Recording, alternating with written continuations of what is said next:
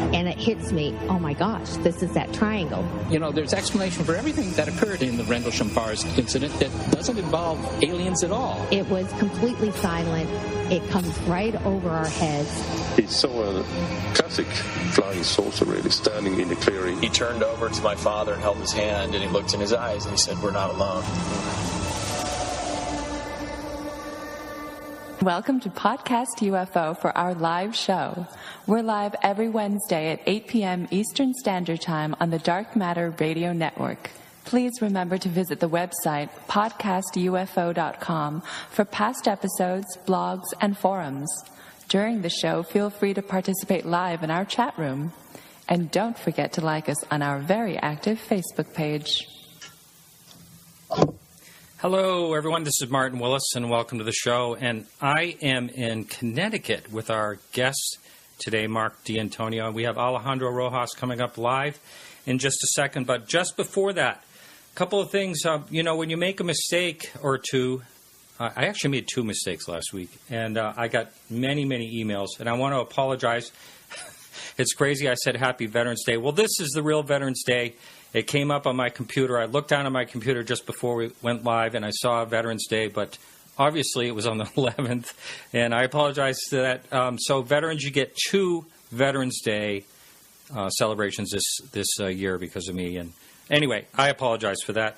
And the second thing is I said Australia had 2 million people. Well, that was a verbal typo. I meant to say 23 or 20 million. It is actually 23 million, and I got almost that many emails from you down under, and we have a lot of listeners there, and thank you for your comments. I always welcome your comments. Well, we only have 1 more week for our T-shirt graphic contest, and let me tell you, the voting application on it is kind of screwy. You can't really see the results. I can see the results, but we need more people voting on that. We have just 1 week left, and you can choose that. Go right on podcastufo.com, and you can see T-shirts right on the sidebar. Click on that, and you can vote. And we also, you can support the show to listen to the second half. You can listen to the whole show live every week right here in the Dark Matter Digital Network. And I think that is it. We're just about ready to go here. Alejandro, how are you? Thanks for joining us live. I'm all right. I'm a little frustrated. Uh-oh, what happened? Frustrated. So I posted this video today. You know, we've talked about these sightings. There was this one in Texas, and I got a lot of heat, maybe you did too, for telling people it was a light. It was a street lamp, a highway street lamp. And we've seen these since where they're circular lights or 2 lights, and people are taking a picture from the road, and they get these lights that they didn't see themselves but show up in the camera, and they're shaped exactly like the lamps on the streets. So I took a video of this happening while I'm driving so you could see how it's just a reflection moving around from the street lights, and I posted it for reference so people can see, and people are just flipping out. That's not a UFO, that's obviously a reflection. And it's like, oh my gosh, exactly, it's a reflection, that's my point. So that's got me all flustered. Well, I don't know. I'm sure you noticed this, but, we have a pretty active Facebook page. Mm-hmm. And people tend to look at the picture and react. Yeah. And that's it. They don't it's very, very few click-throughs to an actual story. I've noticed that. You have to keep things as simple as possible. Right. If you can put a whole story in a title, that's the only way people can actually see it. You're right. I have a little saying that I'll post, and I love doing it. And I'll put, click the link, read the story, and all shall be revealed. And when I type it, that's how I'm thinking of it. Click the link and read the story, and all shall be revealed. So I post that when people are like, oh, dude, that's probably a bird. Well, if you read the story, it would explain how it is a bird. And Alejandro, I have to tell you, this is Mark. Mark. I apologize to you again on the air. I've done that to you. That's true. Mark has totally done that. I have had to use that little saying of mine on Mark, and he's probably the highest ranking researcher I've ever had to use that. But, we all get busy. But you only had to use it once. That's true. And you did apologize, and you just like Martin did earlier. Yes. Because there's 2 million people in Australia thing. Yeah, that's right. So what else is happening for news this week? It seems like there's some things going on. Yeah, UFO news. I've got a few stories here. Of course, there's the Navy missile test that I'm sure you and Mark are going to talk a lot about. And, what's great about this picture, and some people have noticed it, but I'm sure this frustrates Mark as well. You see this cone of gases, and you see a little purple streak in the middle. And we've seen this before, and those have been missile tests in the past. What's frustrating is most of the people who are posting these pictures and saying, look, it looks just like the spiral in Norway, or it looks just like this. They're posting those as arguments that it's not a missile in fact, Mark came on my show, and at the beginning of the show, when it came to the Norway spiral, I was like, come on, Mark, how can this be a missile? And he explained it to me, and by the end of the show, I was like, okay, it's a missile. But that's what these are. We even have similar pictures taken by the military where they're showing, different missile tests. So it's spectacular. I think the video, at least the video we posted that Khloe Kardashian actually also tweeted of this missile test, is spectacular. I mean, the video's amazing. This gaseous cloud took up so much of the sky. I think less of it. It's not a UFO. It's a missile. What I think is scary is the state of affairs with our Russian friends, your Russian friends that you just went and visited, the old lady who wanted to kill you.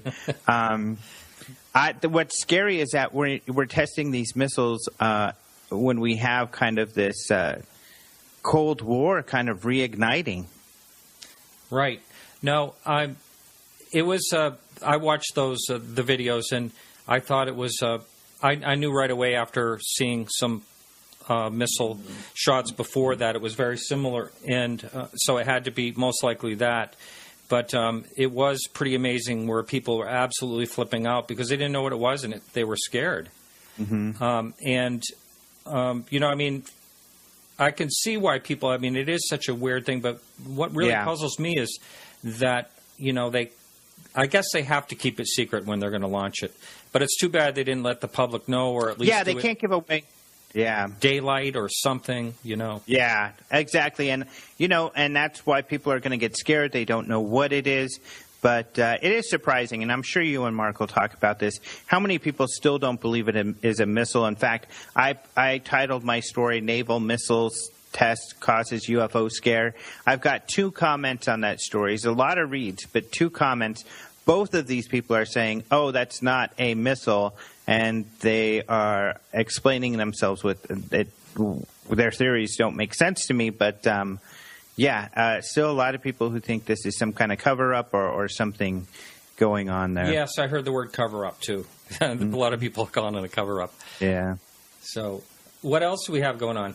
What else? We got a cool story from Roger Marsh, MUFON's director of communications. Of course, he posts stories at openminds.tv.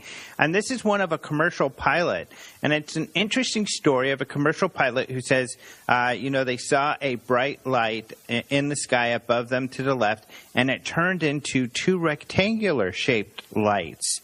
So kind of an interesting story. It's a bit short, and there's a drawing, a sketch from the pilots. There's no picture or video, but it's always exciting to get a sighting report from commercial pilots. Excellent. Wow. Mm-hmm. Yeah, I know. It's kind of rare, very rare that happens. Is that it for this evening? No. Okay, good. Let's keep going, buddy. All right. So the next one, the last one, I think this one's really cool. Actually, I saw this story. It was posted in a Canadian paper a few weeks ago, and it was kind of their Halloween story. But what's cool about this is a story actually from 1978 of a UFO sighting in Clarenville, which is a town in Newfoundland in Canada. And this police officer, a Royal Canadian Mounted Police, but He was called to the site of a UFO sighting in 1978. He only recently posted this YouTube video of an interview from back then, and I think that's what's cool about this. And he did this interview with a Canadian newspaper where he talks about it, but he was called to the scene. There's about a dozen people there, and he says only maybe about 100 feet away from the shore, in between him and a island called Random Island, that there's this craft floating above the water. He says it's off the water. It's floating, hovering there. He said it was the size of a Boeing 737, and it was cigar shaped. He looked at it with some very powerful telescope that they used for, I guess, looking for planes carrying drugs and stuff back then. And he said this thing was just weird. He said that the cover of it was kind of jagged. It wasn't soft. It was a bit coarse. But they watched it for like 2 hours before it took off very quickly in the sky. So nobody knows what this was. The media got a hold of it, and this is kind of an interesting part of this story also. He shied away. He didn't want to talk about it. He didn't want the other cops to make fun of him. But his superiors told him to do every interview that request that he gets. And he got a ton. He got them from CNN and from all of the news agencies wanted to interview him. And he did the interviews. But he said it kind of made his life hell because he was known for the UFO thing, and Clarenville became famous for this UFO sighting. Eventually he left and he went to Nova Scotia, where he lives now, and he never talked about the UFO thing again. He recently was in an episode, or will be, of a show called Close Encounters. I think Mark might be in that show, but I think it's only aired in Canada. But it sounds like a really good show. I know there's a lot of UFO researchers who have been in it, but they're going to cover this case in an upcoming episode. Yeah, I've heard that show is really good, but I don't think it's come to the United States yet at all. Yeah, I don't think it has. I think Leslie Kane was in it, Nick Pope, and is Mark still there? Did he fall asleep? No, I sent him home. Okay, good. Oh, that's right. We're home. It's his home. Yeah, so that's right. He made me wait outside for a little while. Yeah. Were you in that show, Close Encounters? No, I do the NASA's Unexplained Files series. Uh-huh. Well, you do more than that. You're in like several shows. Well, yeah, a few, but I'm not gonna put that out. Don't be so humble. He's humble. Yeah. We're in his bunker. You got to see this bunker. It's and actually, you can see this on YouTube. This will be on YouTube. Oh, but cool. we're in his bunker. It looks just like we're in a destroyer or something. Yeah.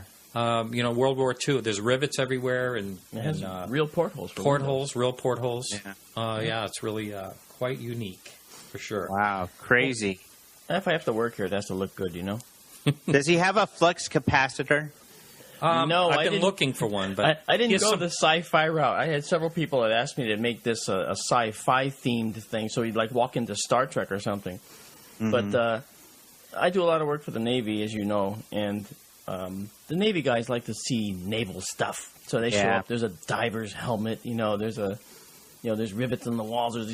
There's rust stains on sheetrock that look like steel, and it just looks really weird. Yeah, it's all patchy like a real one is. But I know you do lots of space stuff, too, not only the consulting for NASA's files or whatever that is, but also you build these planets, right?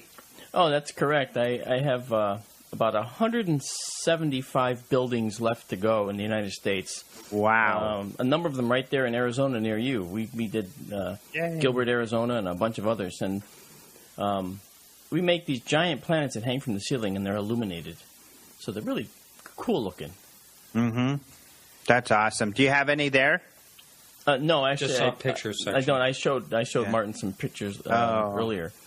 I thought maybe you would...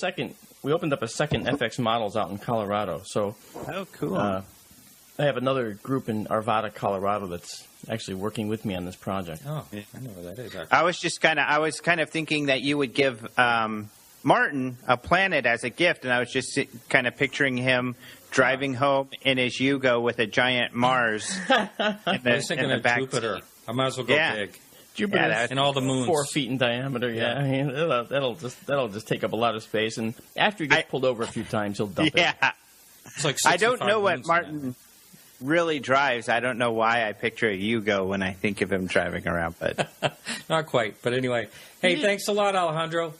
All right, no problem. Thank you. I appreciate you joining us live. Yep, no problem. You guys have fun. All right, and I'll be Thank you. talking to you next week. Okay, talk to you soon.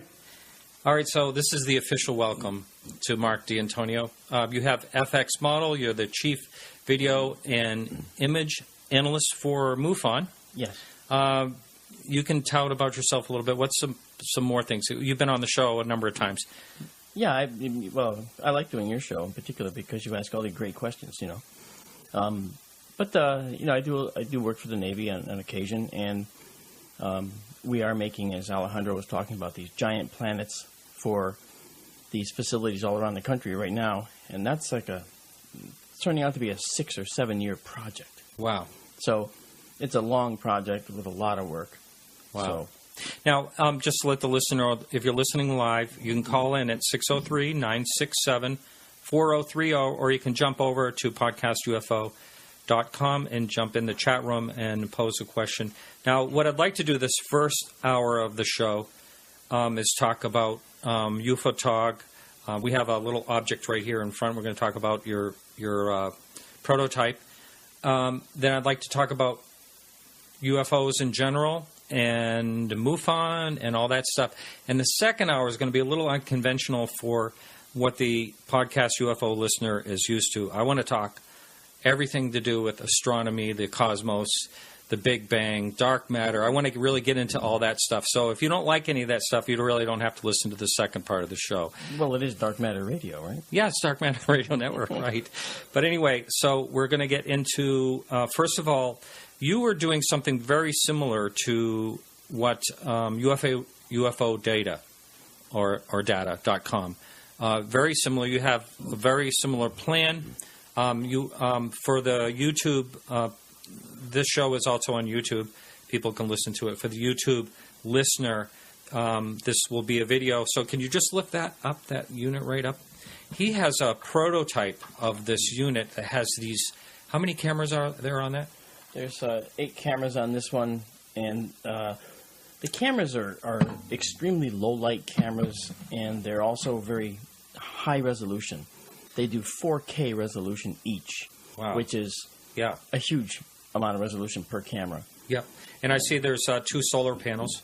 Yeah, those have already been changed because they were just notionally put on there to illustrate where solar power would come from. But as it turns out, we're going to move them to the column because this thing is going to be 8 feet in the air. So on the column, the post that this thing is sitting on, we're going to put a big flat panel. Oh, I got it. And this will be on an 8-foot pole. And about how many? Well, let's see. It's been over a year since we talked, and I had you on with Doug Trumbull. Yep. You're doing this together, and is there anything more you can talk about? What has happened since we last spoke? Since we last spoke, we've actually designed the camera. There is one in existence, and the camera, as I said, very high resolution, extremely low light, and we have it already set up, so we're ready to put it to a circuit board. And we're just hunting down lenses that we're going to use because this camera also goes into the infrared. So that's a boon, a benefit. Yep. And to do that, we are going to need to use lenses that are not glass. So we're investigating different glass or different non-glass solutions to our lenses that allow in more energy so we can see this light energy better. Let's see. There's a question up here. Have you had a chance to see and evaluate the UFO over Houston photo? I've seen so many UFOs over Houston, I'm not sure which one they're talking about. Oh, this is a recent one. I think that Alejandro just spoke of. I'll ask the guy in the chat room. This is a chat room question. Oh, okay. You should put. Let's see. While I pose the question, I'm going to ask you a question first. Sure.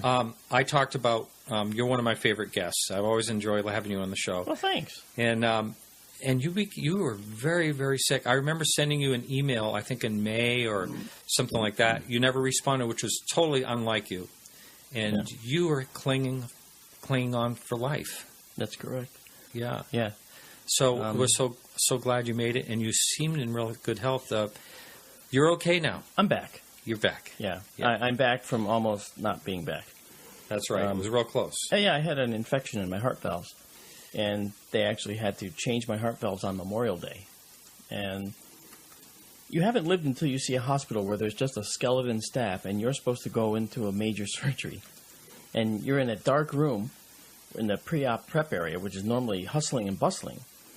And it's a dark room, and you're the only bed, and you're the only one there. And the surgeon comes over to you and says, "We're almost ready for you." And that's the last thing I remember. And then I didn't wake up until 5-8 days later because they had to put me into a coma because there was an unexpected turn of events during the surgery. And there were clots in the heart that got loose and went to my brain, causing 5 separate strokes. And they said that any one of those strokes could have done me in. So why I'm here, I have no idea. But I did wake up in June as a quadriplegic. I couldn't move. You couldn't move, and nope. The nurses put something in your eyes to keep them moist. So they didn't even know you were conscious. Yeah, you know what? That's right. You know, when they put you into an induced coma and you're out for any period of time, they put this gel on your eyes to help keep them from drying out. Well, they put that in my eyes, and when I was in the induced coma, I wasn't in a coma at all. I was actually awake, and I could hear them talking about me. I could hear them saying to my family, "Well, he's probably going to be a quadriplegic and blind." You heard them say that? I heard them say that. And there I am lying there in this bed thinking, wait, I'm still here. I can function. I can hear everything you're saying to me. You know? And I thought the blindness was the gel in my eyes. This is what it means to be blind. Then a nurse came in and wiped the gel out to change it.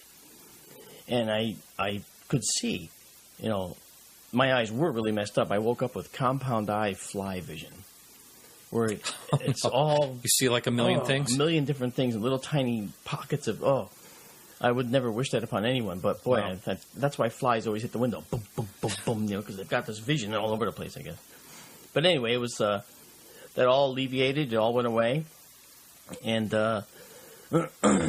I think it's like every person's nightmare to be stuck in a place like that where no one knows that you're. Oh my God! I'm so glad you're back and you have no idea what it's like to wake up in a body that doesn't work. Oh, I can't even imagine. And you can't. It's giving me goosebumps talking about it. You can't even scratch your itch. You can't do anything, and you don't know whether it's going to change, but it did. Yeah, the part where you didn't know whether it was going to change. Yep. Oh my God. Yep. Okay.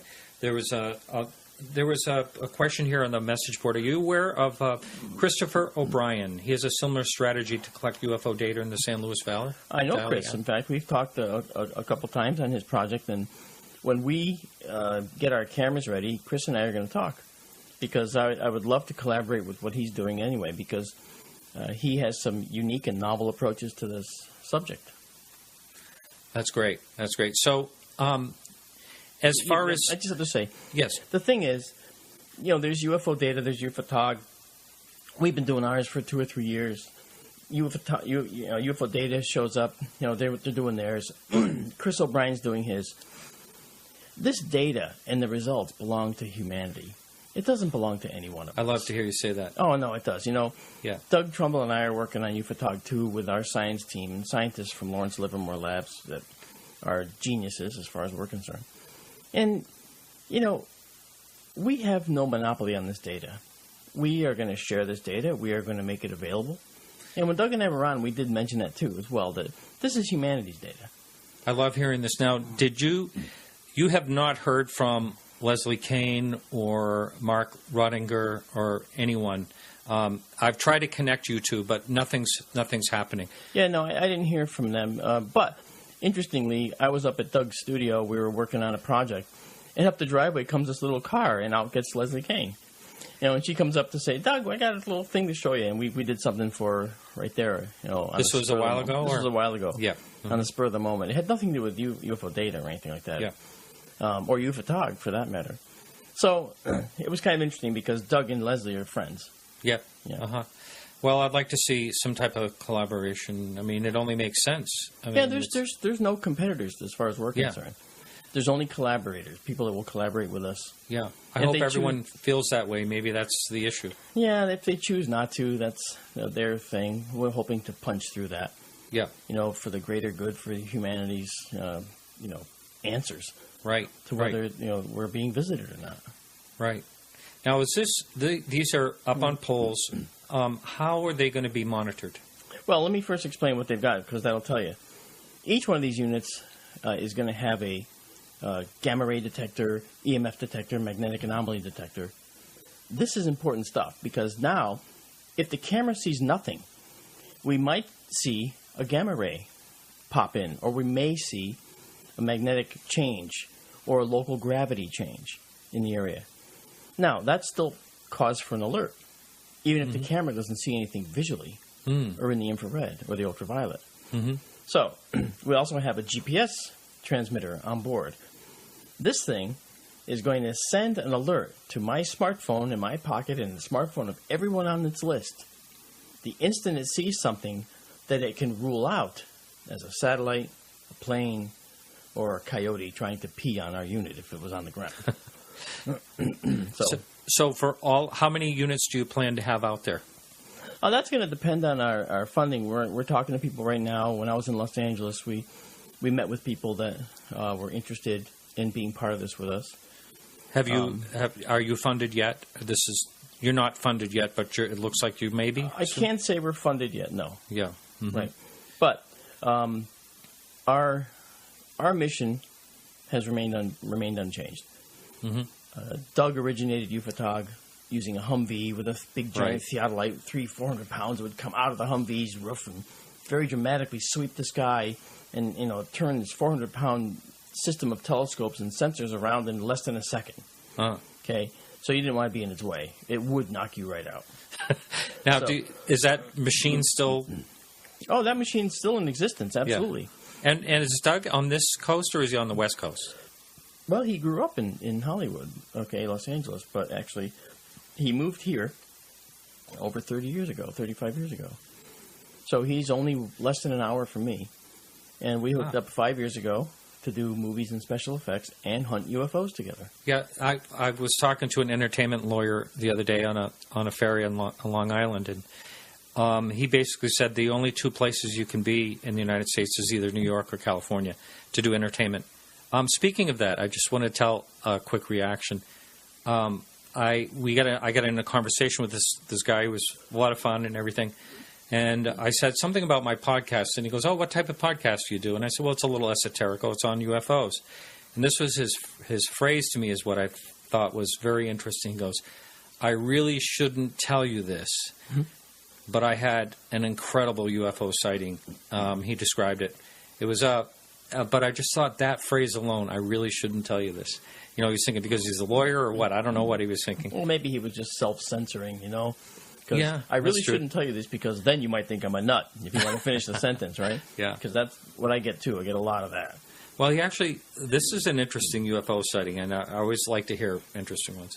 They saw it. It was out of Long Island. They were in a pool. His siblings and him were in a pool, and this thing was out over the ocean, over the I don't know if the bay or the sound or what, but it shot down a very bright beam of light into the water.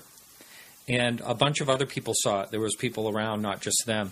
Yep. And then when the beam retracted, the thing shot off. And when it did, there was like a mist coming up where the beam of light was. So I asked him, I said, was the beam of light a strange color? Did it look, that's a lot of times you hear about the beam of light is unusual. And he said, no, it just looked like a really bright beam of light shot right down. No. And then he said his sister posted something on Facebook and the posting erased. And so he goes, is there a possible government cover-up? I said, I don't know. That's the place everybody loves to go. But yes, yeah. Let me tell you how a logical investigator would approach that particular case, just real quick. Yeah. You see a beam of light aiming down into the ocean. The first thing you're going to do is listen for a sound. You may not hear it. Oh, yes, no sound. Right, yeah. Of course. There's never sound. Yeah. Well, that's because it might have been far away. Mm-hmm. However, and sound over the water doesn't always carry. You may not hear it, ever. Depends on the wind. Right. Yeah. Now, that beam of light originated with something. You say, okay, let's assume it's some vehicle. What might it be that we make? Well, it's not an airplane because it looks stationary, say. How about a helicopter? Okay, let's work with that. Let's start with helicopter. Let's try to explain it as a helicopter with a searchlight beam. Now, if it was a searchlight beam aiming straight down, okay, it would probably be relatively close to the water. All right, maybe 100, 200 feet up above the water, whatever. Now, if it was, when it was doing its thing, what else is it doing? The wind is hitting the water and driving up a mist. So when they shut the lights off, now you see a mist. And you might not even see the helicopter. So that's a possibility. It is a possibility. It doesn't mean that's what it was. Yeah. It just means that you have to look at the logical explanations first. Rule them out one by one. Right. I agree. And then what I'm you're with left you. with is the unknown. Yeah. That's all. Yeah. Don't jump right to aliens. Right. As they say. Now, if you're listening live, please do jump. We have a low turnout so far in the chat room, which is unusual. I'm not sure what's going on. There's only 15 of you in there, and we know there's a lot of you listening. So if you want to jump in, podcastufo.com, and put your comments up there or ask some questions. And going back to UFO Talk on these units, someone posted up there, why don't you use like a Kickstarter or UFundMe? And also someone wanted to know about what the cost per unit. Have you figured that out yet? Well, the ideal cost per unit would be $2,000 or $3,000. But most likely the first unit's going to cost a lot more than that. Then we're going to work on miniaturization and getting all the other ducks in a row, so to speak, in order to get these things cheaper. Yeah. Now, that means making our own circuit boards and doing that kind of thing, which we can do. Yeah. That's not a problem. So, would you farm that out, or would you actually do the work yourself? Well, we would actually have someone make the circuit boards for us. Yeah. But we let them go into their own little, bidding wars as to who can do it better, easier, and then we'll test one of their circuits, and if it works, we'll mass produce it. That's something Doug would be involved in because he has a lot of connections in the camera industry. And we have a lot of technology partners that are working with us. But none of them have the equipment we need, so we have to build it. Yeah, and that's unfortunate, but that's the way it goes. Now, is everything weatherproof, really, like for any type of weather? Well, nothing is weatherproof, okay? Resistant. With acid rain and pollutants, you really care about where you put these things. Mm-hmm. If you put them on a post in San Diego, you are going to get a healthy amount of baking from any sunlight as well as acid rain during the wet months, during the June gloom, so to speak. So we have to be careful, but that really applies to our lens systems on the camera. And initially for phase one, we're going to involve MUFON with our projects so that they, with their boots on the ground, field investigators and state directors, we're going to have them go out into the field and work on doing maintenance for us on these units. Oh. Now, I know, I think I asked you how many units do you plan? You said that depends on funding. Just a rough idea of, and where would they be stationed? Well, let's say what we need, okay? Yep. Not in terms of money, but just in terms of units. We see these things being a mile apart, set up in a triad, a triangle, okay? At a mile apart, if Unit A sees something in the sky, the first thing it's going to do is confer with Unit B and say, do you see it too? Basically. Mm-hmm. If Unit B sees it, then we can triangulate the altitude, the speed, everything about it, and calculate its orbit, basically, and figure out, is that a satellite? Or is it something much nearer to the Earth? And so that kind of thing is going to be built into the system.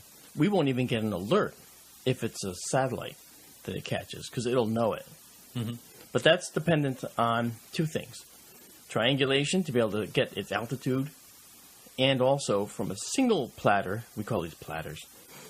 In a single platter case, where it looks up into the sky, sees something, it can still consult the database and say, am I supposed to be seeing something right at that point in the sky? And if so, we will still alert on it. Oh, you mean like something like the space station flying over or something like that? That's right. Yeah. A satellite. Uh-huh. And that's important because we have to get all the data we can from these units that's usable, and we don't want the data that's not. In other words, if you see a light coming toward this thing, but you also get a transponder squawk coming from that thing, we know it's an aircraft. We don't even alert on that. Of course, if the aircraft does a 90-degree turn and goes wildly up into space, we'd want to know that. And that's the kind of thing that we have to work into the software. Shane from Australia says, this is serious stuff the UFO field needs, and I agree. Thank you, Shane. I agree with you 100%. Yeah. And how many other people are on board besides you and Doug? Are there, you said scientists are interested? Yeah, I have a number of scientists that are on board with us that are actively building components. People in Las Vegas, people in Arizona, people in California. And so we have a number of people that are working with us on this. Mm-hmm. Now, currently, Doug and I and one other, our chief scientist, we're making all the choices as to what kind of units we want and that kind of thing so far. We haven't actually involved other people to get a uniform agreement on everything we want to do yet. Because we know what we want to do, and we know that what we'll do will suffice. But Chris O'Brien, for instance, he has some great ideas. Mm-hmm. He might change our direction with a sentence, but it won't change us entirely. We have a plan. You can see our unit right in front of us here, spinning on a little turntable. Uh-huh. Okay, this thing is fairly far along in our development plan. And so we understand its power requirements, the consumption requirements, the camera requirements, the requirements for making a GPS connection, because we're actually doing GPS bounce when we send signals up to a satellite. We're sending them to a GPS satellite. Wow. And we're bouncing our messages off a GPS satellite and then down to our smartphones so we can get an alert wherever we are. Phase 1 will mean that if anyone wants to see the data, they're going to have to go out to the unit and take it off the unit. In Phase 2, we're going to log into the unit and download it from an FTP server. This, to me, just everything you're describing seems much more involved than the $2,000 or $3,000 you're talking about. It just sounds... I know it sounds like it's expensive, but you have to understand that we're building the camera. Okay, we're designing it. It's like how much do we want to sell them for? That's our call.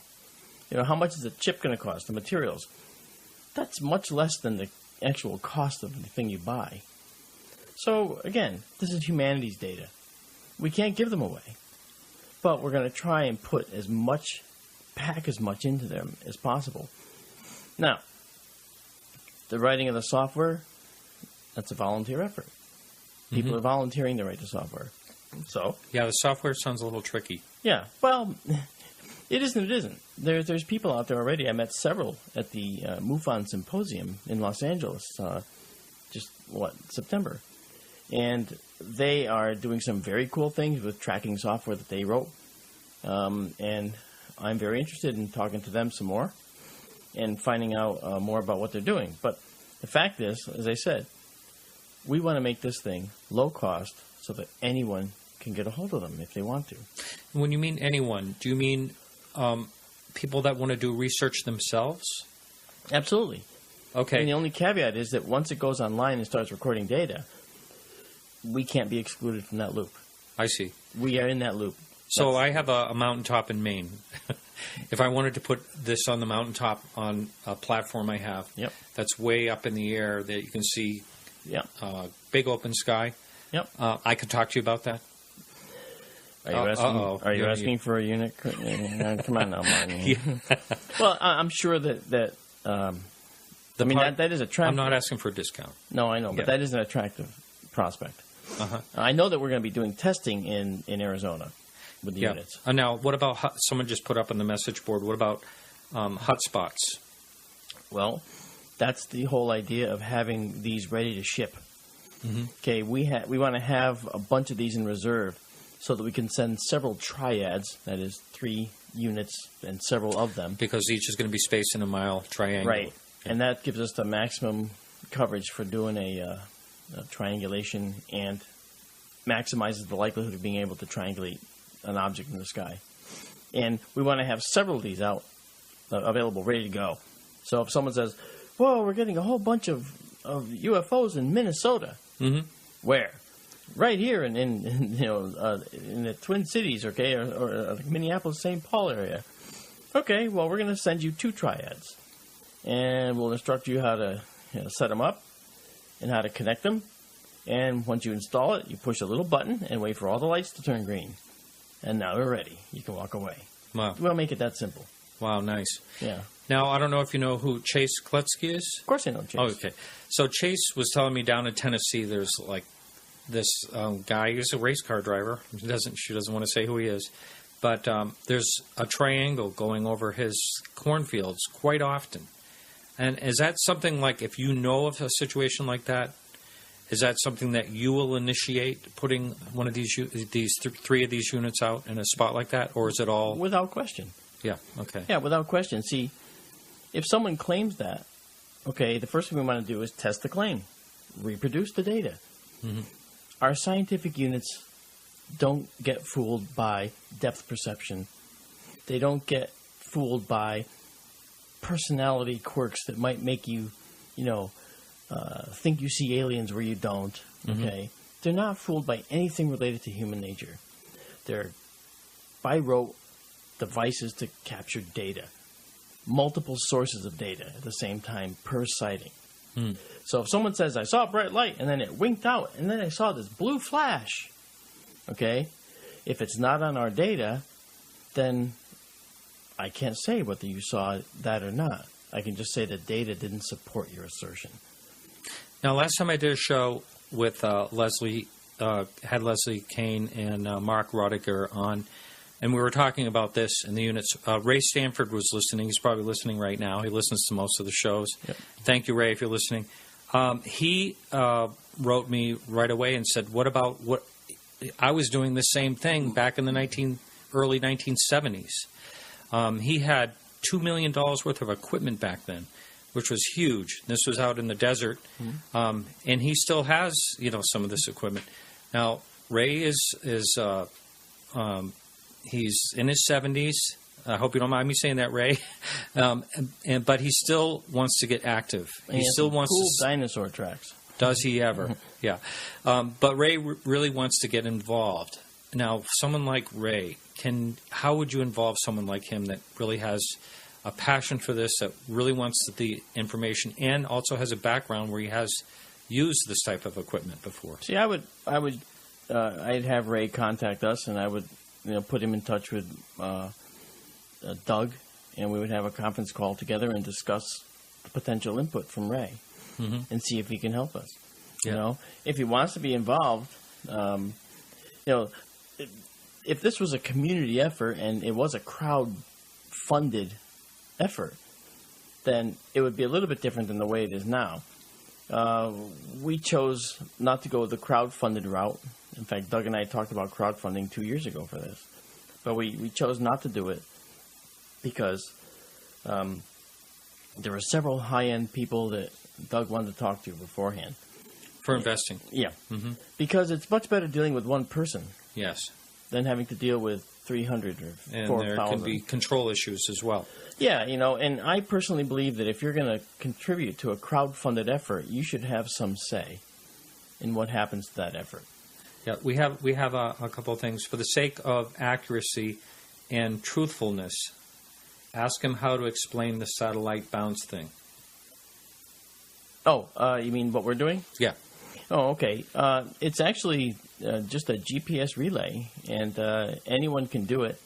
In fact, around-the-world sailors use these systems all the time to send GPS messages out to show people where they are at any point in their track. And we're going to take the base unit that does that, and we're going to add our own custom messaging to it. I mean, that's exactly what we're doing. There's no mystery there, and nothing hidden, nothing to hide. Okay. And hang on just 1 minute. There was another question here, and it's... All right. Basically, they just wanted to know about how it bounced off the satellite. And so, yes, someone wanted to know if there was any type of radar. The radar is pretty intense. You can't really put it on a small unit. Yeah, right? no, radar. We thought about radar. Well, we actually thought about sonar for detecting low-level intrusion to the sites. The trouble is that takes up energy, and we're going to have a battery being charged by a solar panel during the day, and it has to make it through the night. So this, if you have sonar, it's going to be beeping constantly unless it can be activated. Correct. It could be motion. There could be a motion detector, okay, and then you could map out the trajectory of something then using sonar. The trouble is it would get set off all the time, maybe by bats or large insects. Right. We don't want any of that. Yeah. Because anything close to the unit is nothing we're going to really be interested in unless it's a gigantic hovering silver disc with gray aliens with big black almond-shaped eyes saying, "What's that, Frank?" "I don't know." All right. Well, I thought we could change gears and talk about now. When you were out of commission, when did you get back into commission where you could actually do some MUFON work? When I was in rehab, I was relearning how to walk.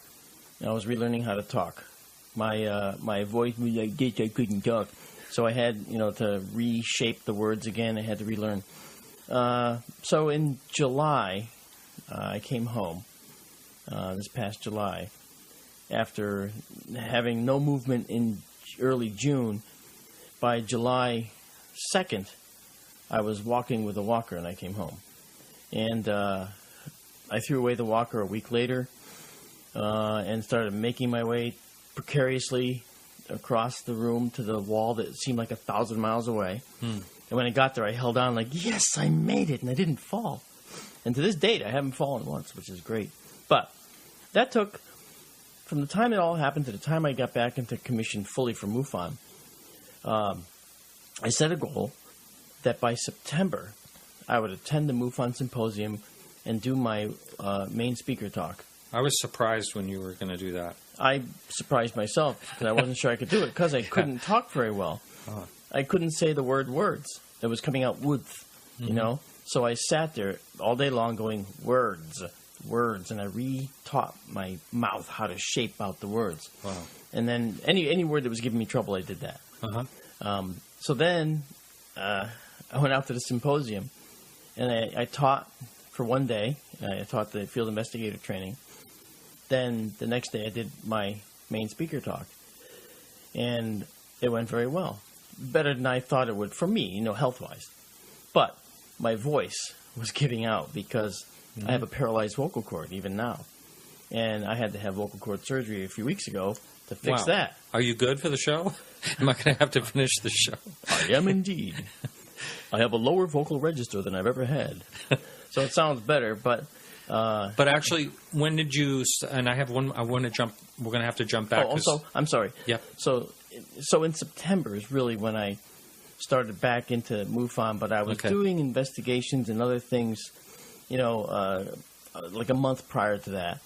And in August, I was doing stuff. Yeah. But my eyes were still not. I wasn't able to see properly yet. Yeah. By That's August. pretty important. Yeah, and so by September, it had leveled out to the point where I can now read, and I can do my texts on the phone and messages, and I can.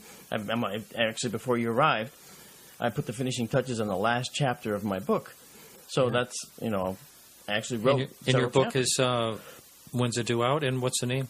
The name is The Populated Universe, and it discusses exoplanet technology, how we find planets around other stars, what it means to us, and whether that means that alien beings exist and could have found us.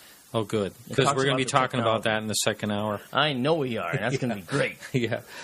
So Phil had asked a question. I don't want to... Phil's been a great supporter of the show all the way from way back. And he asked, going back to the UFO Talk transmitter, does it have a directional antenna on it, too?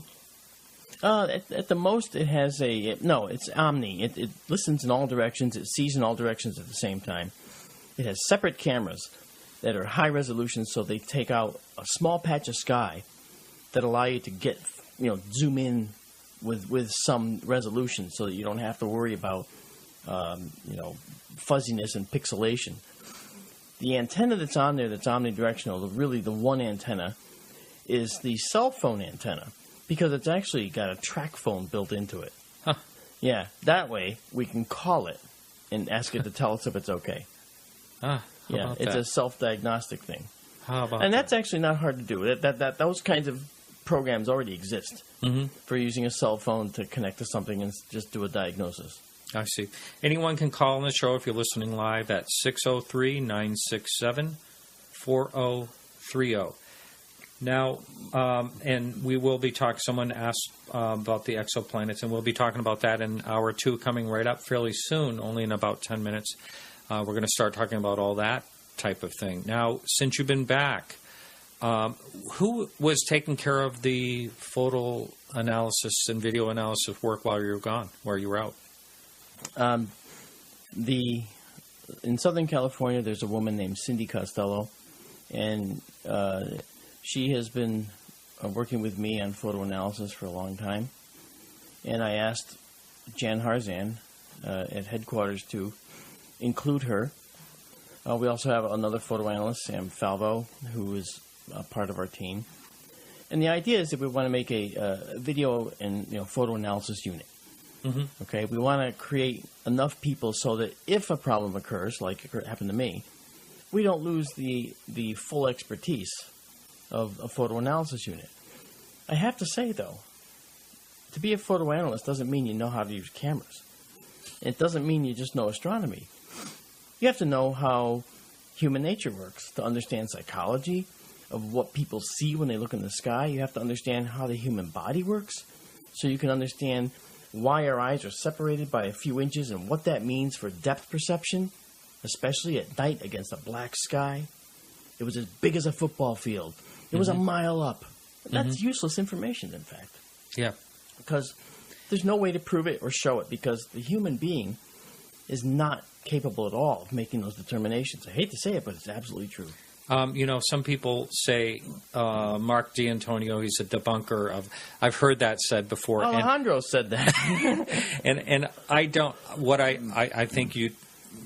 think and how I take you is you're taking a scientific look and a logical look, and everything you just said just now to me makes total sense. Like when I saw the object that I saw, I guessed it was 300 feet or so in the air. It could be 1,000 feet. I don't know. The reason I don't know is because it was kind of up and over, and there was nothing to judge by. It was near nothing that I could judge the size of it and how far up it was. It could have been a large object farther away or a small object much closer, and we run into that all the time. Yeah. You also have to understand, for instance, earth science in order to do this, because you have to understand geological processes that can generate lights on the earth and cause atmospheric phenomena. It really becomes complicated. It's not just understanding cameras. And, oh, yes, by the way, you have to understand cameras intimately and how they work. Now, there was a article that Open Minds had up, and I talked with Alejandro on his show, I believe, and it looked like a triangle, but you could tell it was not a lens flare. It was inside the lens itself. What do you call that? Well, a lens flare is something that occurs inside the lens. Okay, so they called it something else, like a internal lens reflection, maybe. Yeah, reflection. That's what it was. Internal reflection. Yeah, what happens is a lens is built in a very purposeful way to take as much light in as it can get, and not let stray light that may bounce around on the inside from impeding the view or impeding the quality of what it captures. Now, each lens has these little round black rings in them. They're called baffles.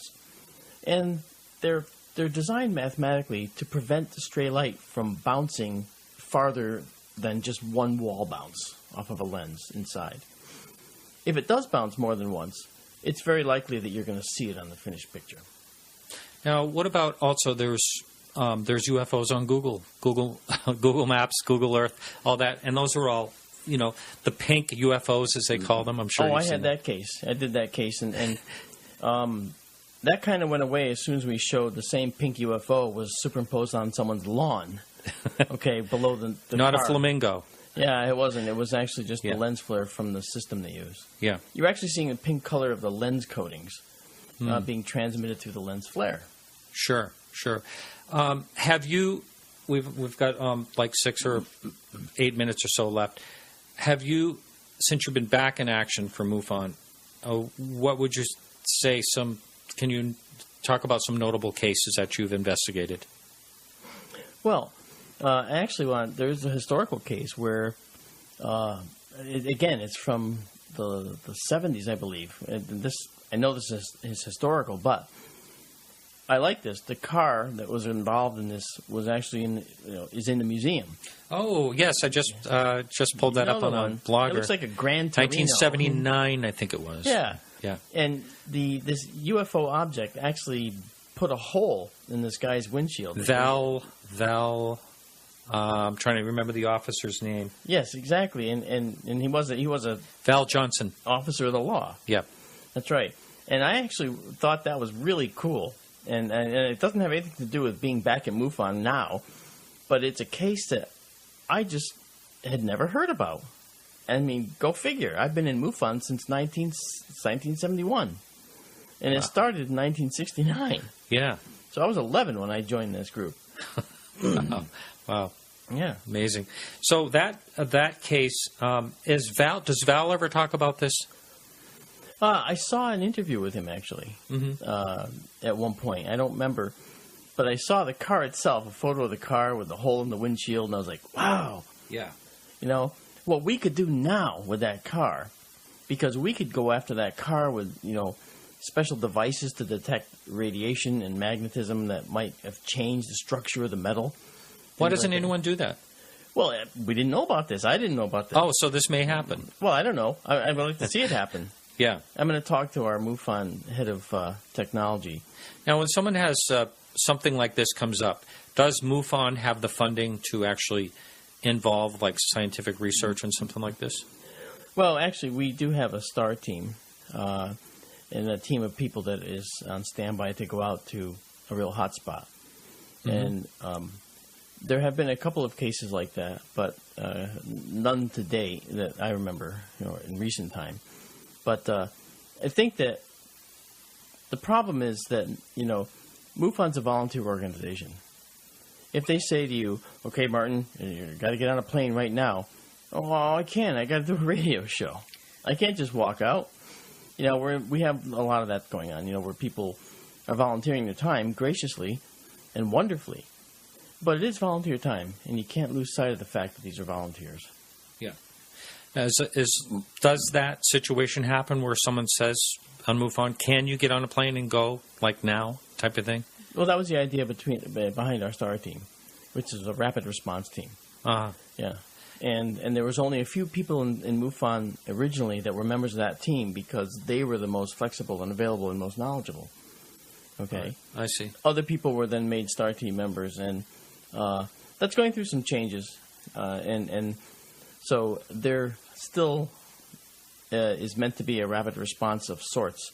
And I'm not even sure if I'm on that list. I probably am, for what I can do. But it doesn't matter because I can do what I do here in my office.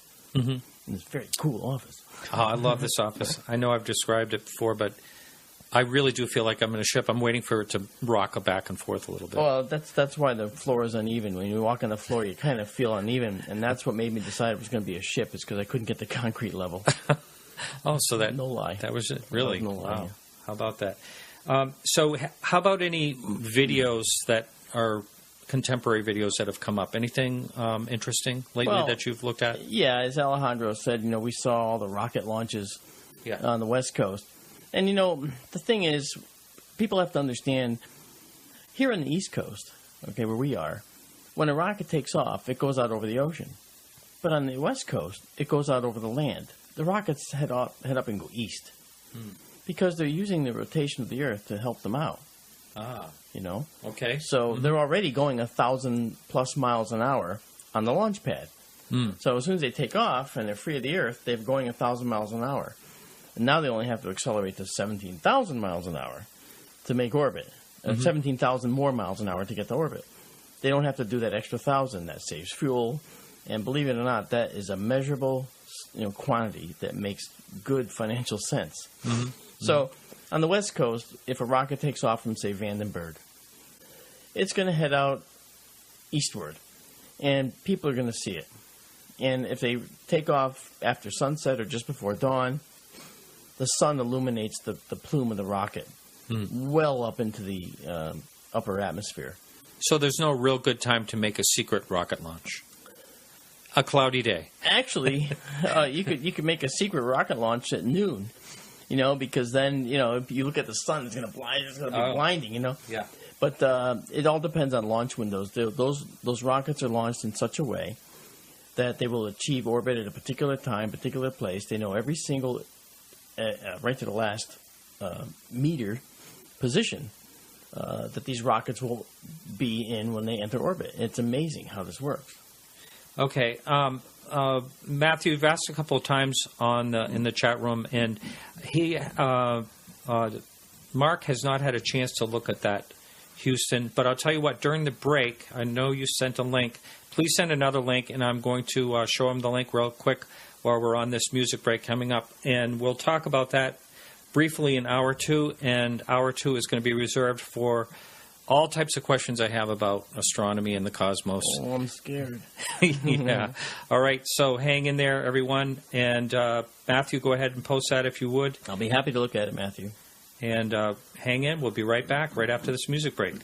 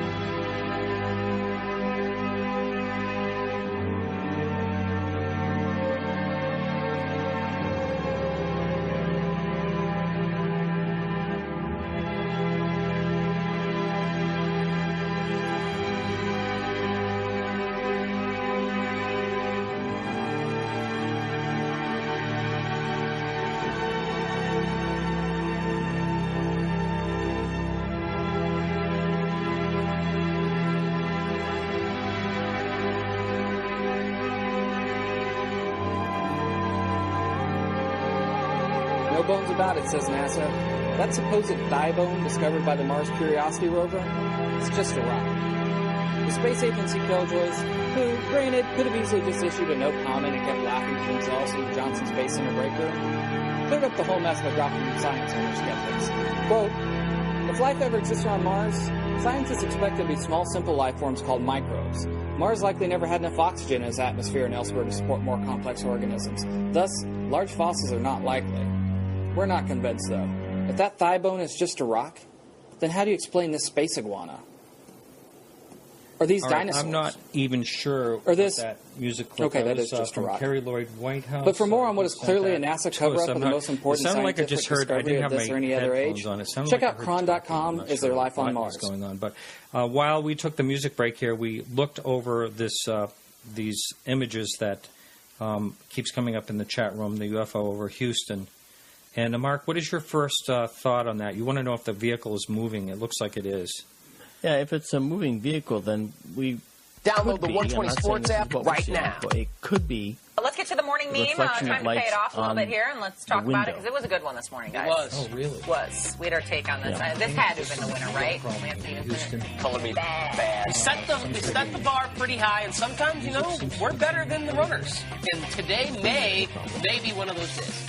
Told my daughter I would do something better than hang her art on the fridge. Right? If that was true, that would be cute, and we'd like the shirt. Right. Like Kim Kardashian has a bag that has drawings from her daughter. I'm sorry, everyone. What has happened was, this is pretty funny. So Matt sent me a link to this Houston video. So I opened the video to show Mark D'Antonio here, and guess what? Some type of video started playing on that web page. Thanks, Matt. I'll remember you. So apologize, everyone, to the listener out there hearing that video that just played. I couldn't figure out what was going on. All right. So you need to know more information, basically. Yeah, to I would something like that out. When I look at a video like that, of course, it was not fluid motion. It was stuttering around, and I wasn't sure if I was actually seeing a video or a set of photos. But it looked like a video that was not playing fully right. But my first thought is that, well, if the vehicle is moving, we could be looking at the reflection of lights in the window of the vehicle as the vehicle goes by. We see this all the time. Yep. There was that video, and I think I want to say over the Loch Ness, where it was a double-paned window, and it looked like dual UFOs, and it was actually a hanging lamp in the room. Exactly. I just did a case like that where when you zoomed in on the image seen in the view, you could see that it was actually ghosted. It had two images. In that case, you're seeing the direct reflection of the light fixture behind you and the reflection of the light fixture on the inside surface of the other end of the window pane, the thickness of the window pane. Yep. So you get a double reflection. Yeah. Yeah. That makes sense.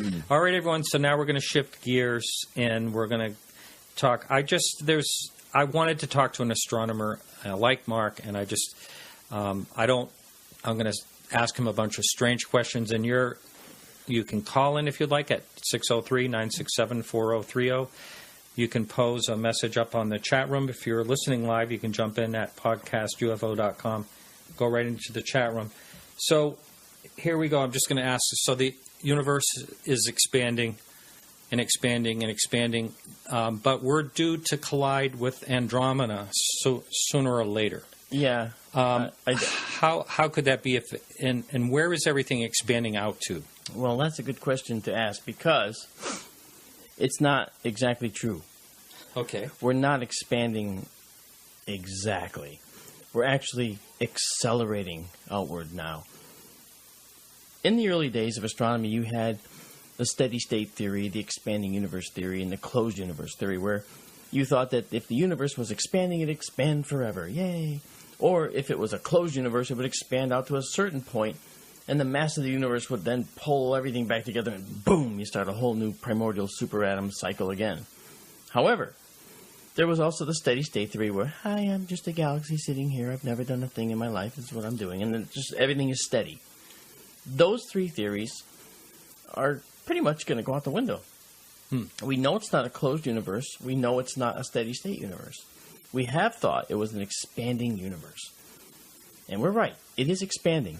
However, the problem is we found that the universe is expanding outward at a faster and faster rate. Right.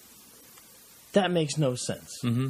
That implies that there is a mass, a negative mass on the other end of the universe that's pulling our universe out.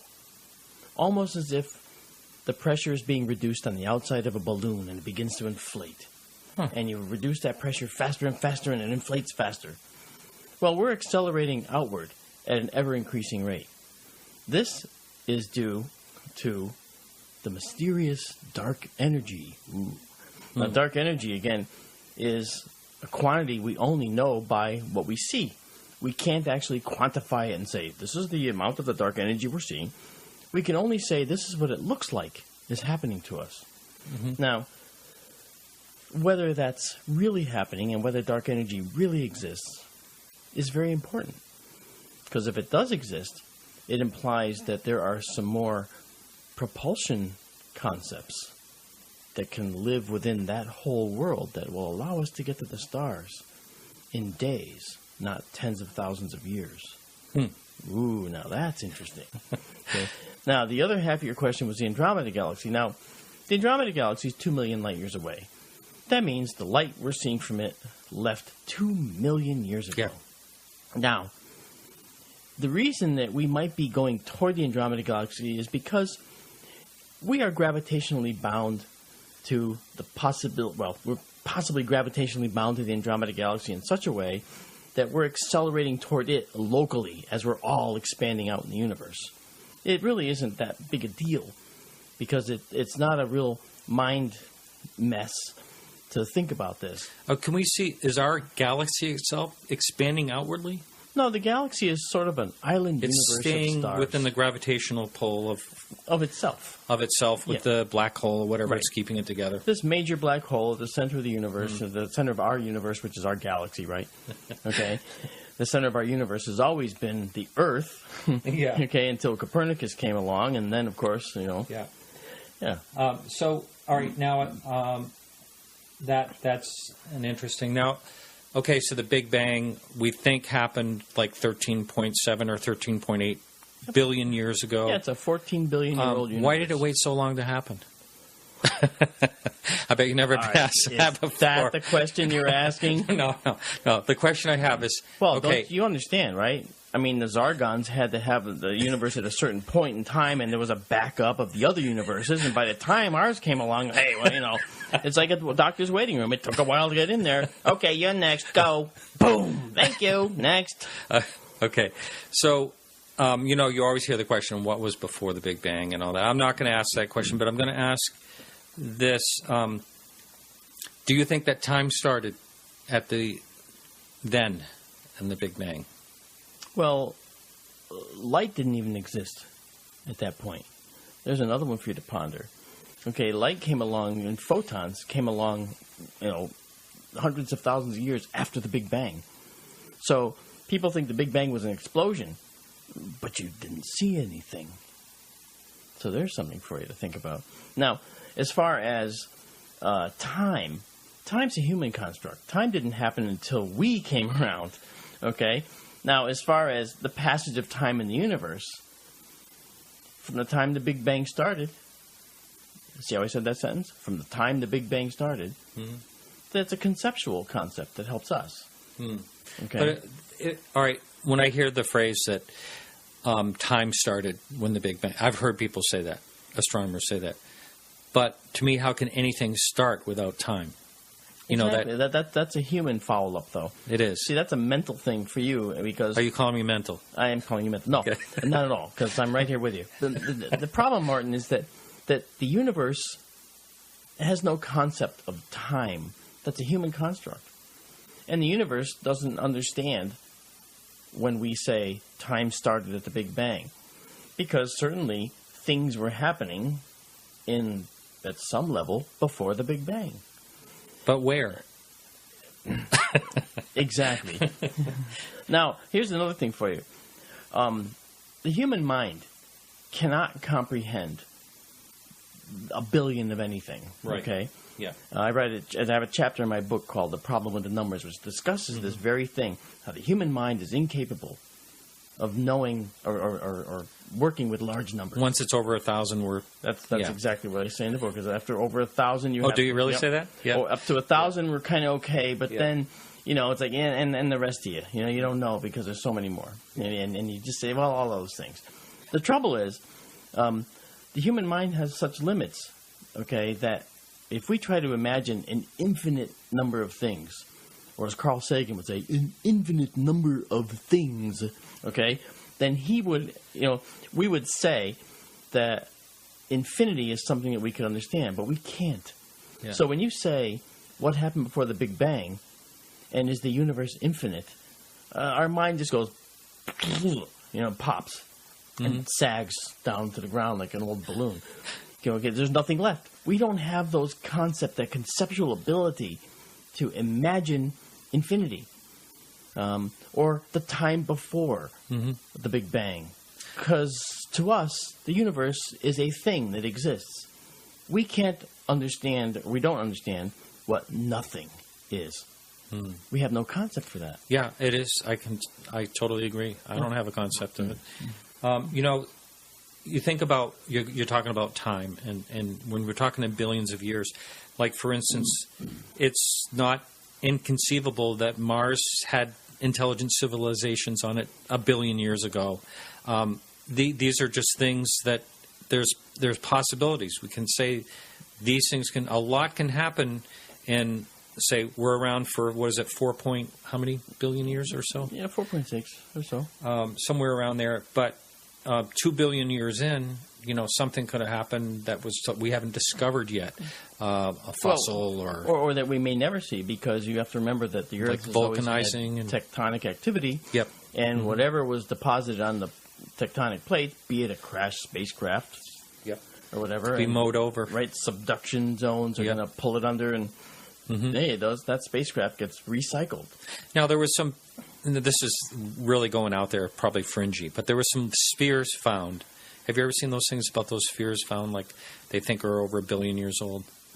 Are they tektites? I don't know, and I don't even want to get into it because it's probably way out there. And I'm not saying that they're anything. I just, they look very human-made, but I'm sure there's a natural. Well, just remember the natural shape that the universe likes is a sphere. That's right. So if something is formed in a vacuum out in space, it's going to become or try to approach it's all gravity. Spherical shape. Yep. All right. So another thing I wanted to ask you, I want to talk about black holes. They intrigue me. What's inside of a black hole? Okay, this goes to the concept of not understanding the human, how human minds, or the capabilities of the human mind. Not you, but in general. When people say, what's inside a black hole? My answer is an infinitely small point, a singularity.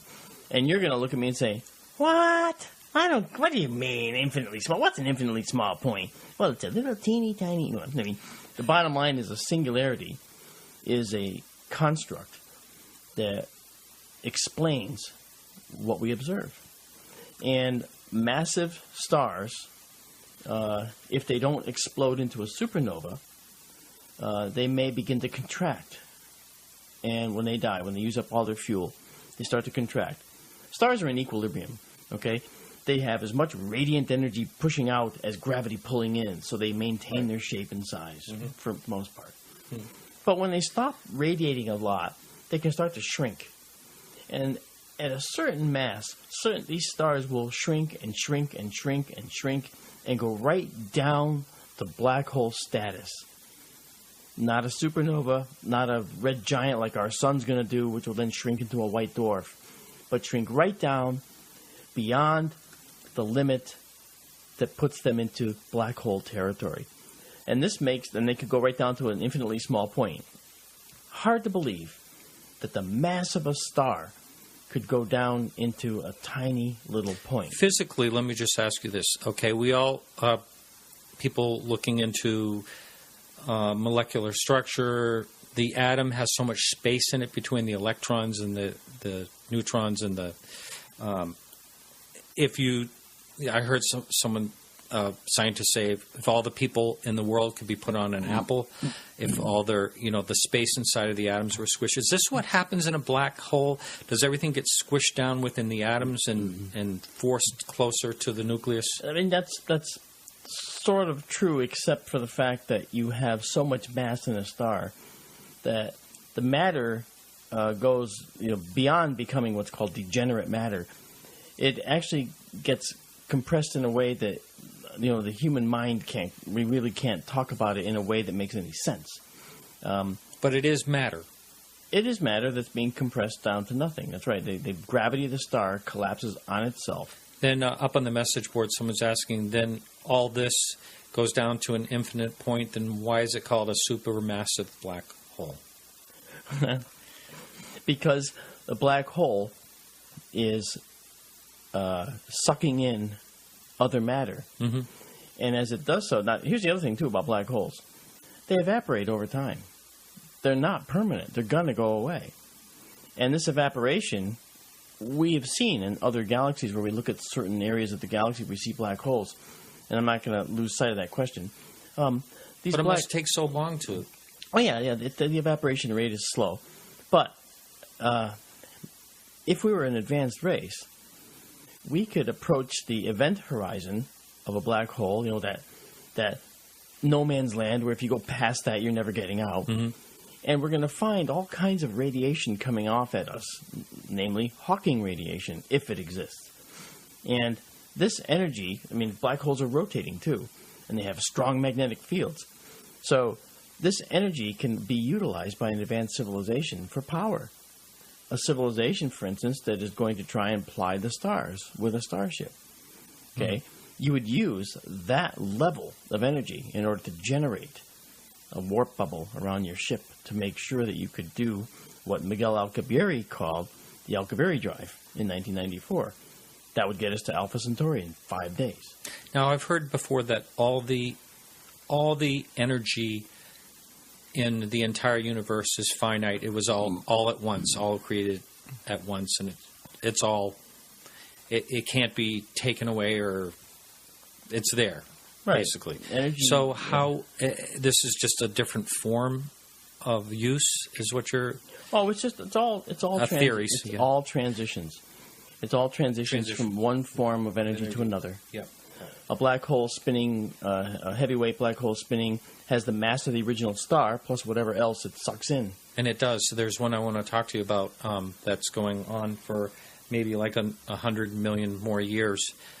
Seen as the largest explosion since the Big Bang. I want to talk about that in a minute. A couple of questions also on the message board, but I want to ask, does every single galaxy that we're aware of have a black hole in the center? Galactic center? We don't know for sure, but it's hypothesized that the cores of these galaxies are what they are and look like they do because there's a black hole in the center of them. But that's a little too convenient for me, because I do believe that mutual gravitational attraction can bring together basically a pinwheel of stars like we have, okay, and cause a mutual interaction like we have in our Milky Way galaxy. But I'm not saying this isn't true. There is evidence to suggest, like, our supermassive black hole at our galactic core is called Sagittarius A, and it is it's pretty much proven to be a black hole, a supermassive black hole. But we've never actually seen one. I know we saw. Well, we possibly see the energy that comes from the black hole. We see the bleed off. The energy. They show up in other ways. You know, and because you can't actually see a black hole because why? It's black. You know, light can't even escape it. Okay, no electromagnetic radiation can escape once it passes what's called the event horizon. Right. Someone wanted to know if you were familiar with a past guest that we had here, David Parry's, his warp drive. Are you familiar with that? I might be. That sounds familiar. Actually. Yeah. We'll skip along here. Another question up here. What's your opinion on multiple dimensions? Well, like a multiple universe, or I mean, I'm very familiar with the multiverse because in fact, I read an article today which showed that yet more evidence that there's parallel universes from the Hadron Collider. No. This was actually an article on the BBC network, which I read, and a team of scientists have discovered that it looks like our universe is leaking for all intents and purposes. We're sinking? It's leaking. And where the energy and matter is going seems to be to another place, another dimension, another universe. Wow. That's exciting. It is. Yeah. And as long as I'm not there. Because I'm going to go, here I go. You know, it kind of explained a lot of things. Well, the dark energy and all that, what's going on. Yeah, maybe the universe is losing its mind, and now we're seeing it. Can a black hole actually, I think this is going to be the last black hole question. Can a black hole swallow an entire galaxy? Well, sure. I mean, a black hole is voracious. So why would it stop? I mean, can a black hole destroy... I mean, I'm going to go way out here and just say, can a black hole take everything and just get more massive and more massive? What happens when a black hole eats and keeps eating? It gets fat. I know I'm being funny, but the truth is, black holes are a phenomenon that exists, and when they're approached by a star, that star can bleed energy off into the black hole. The star can be consumed by the black hole. And our galaxy is consuming stars and matter at its core in its black hole every day, all the time. 24/7. I'm glad we're not close to it. No, I think that's good because as you pass the event horizon in a black hole, the gravitational gradient, the difference in gravity from your head to your toes, if you went in straight, would be so great that you would be, and here we go again for your human, see your human limitations. Yeah. Is so great that your body would be stretched out into an infinitely long strand of spaghetti. Okay, kind of a thing. So, an infinitely long string, that's right there. That's hard enough to figure out. Yeah. I remember it being probably, 5 or 6 or 7 or 8 years old and getting a bubble gum and opening the wrapper, and it said a teaspoon of a black hole would weigh, I forget what it said. It was like, as more than a skyscraper or something like that. It was in the 60s. I think it was the weight of Manhattan Island. Is that what it was? Yeah. A teaspoon of neutron star degenerate matter would weigh as much as the island of Manhattan. That's the only way we can try to conceive something like that. Yeah. No one can understand how matter like that can be so packed in. But they have to understand that this is exactly what the universe is doing. When the event horizon, someone is asking here, is it kind of like getting sucked in a drain when you're going down the bathtub? Oh, yeah, I hate to say this, but that's a popular construct for trying to see, like the movie The Black Hole showed basically a two-dimensional swirling drain in the sky that you're being sucked into. But a black hole is spherical. And you can orbit the black hole. Like, for instance, and I'll get to this in a second, but if our sun became a black hole tomorrow, which it can't, it's not massive enough, but if it became a black hole tomorrow, do you know what would happen to all the planets going around it? Nothing. They would keep orbiting forever, just like they have, because the black hole is isolated. There's no other star for it to leach off of and gain more mass. It's going to have the same mass as the sun. It would just be black. Wow. Another question up here. Would a star explode when being sucked into a black hole, or would it just take it in whole? It would actually, it forms what's called an accretion disk. It's like a disk around the black hole of material that's bleeding off the star. Because you have to understand that a star that gets too close to a black hole would enter into some kind of orbit around it. Mm-hmm. And stars that do get close are already known to bleed matter across this center point of rotation around them.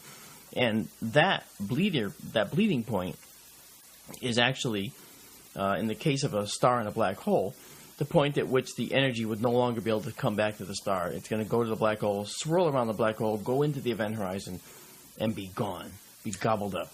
Now I'm going to ask you a really bizarre... But no, a star probably wouldn't explode. It would probably just bleed to death. Uh-huh. Would you ever speculate that it's possible? How do you like that start? That a... I have to say yes. that an intelligent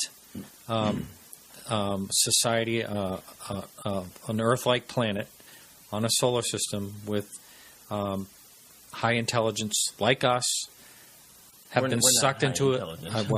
Medium or low, whatever, but have been sucked right into a black hole. This could happen, right? Well, when you, I guess, based on the fact that the universe is so vast, and based on the fact that we see 40 billion with a B as in boy, similar Earth-like planets alone in our galaxy, okay. With 40 billion Earth-like planets just alone in our galaxy, I think that maybe the possibility that a intelligence might have gotten too close to a black hole, maybe. And, of course, we'd never know, would we? No. I knew that was going to be kind of a strange question. But it was, but that's, I know you had to ask because, that is a curious thing. Yeah. People do want to know that. The biggest black hole now discovered, it's... over, and this is a really hard number to explain, over 10 billion times the size of the mass of our sun. The explosion is expected to last like 100 million years. Have you looked into this? Not that particular. I mean, it's going to be the largest explosion since the Big Bang is how it's touted. Okay, well, black holes don't make explosions. In fact, they do the exact opposite. they just shrink out of existence. They're the stars that make them shrink out of existence. I'm not sure. All right, well. Not sure what case you're talking about there. Okay. I was reading right off of, I actually copied that right off of the article itself. So, but anyway, someone on the message board said, "Are you sure that, or can you talk more about each galactic center? What keeps a galaxy together if there's not a black hole there?" Well, you have to understand that the nucleus of every galaxy has more stars and more density of stars than the arms around the galaxy. Now, the arms of a galaxy are formed by a strange process called density waves. And so when you look at a galaxy, the shape, you think in terms of a pinwheel, and you think of it as a pinwheel. That pinwheel shape is constructed through a very complicated set of relationships between the mass in that galaxy, all right, and the gas in that galaxy and the dust in that galaxy. It all comes into play. So, at the center of every galaxy, we suspect there are black holes, and we know there's one in the center of ours, and that's why we suspect everybody else. Okay, and we see evidence of that, when we look at other galaxies. But what holds them together is their mutual gravitational attraction.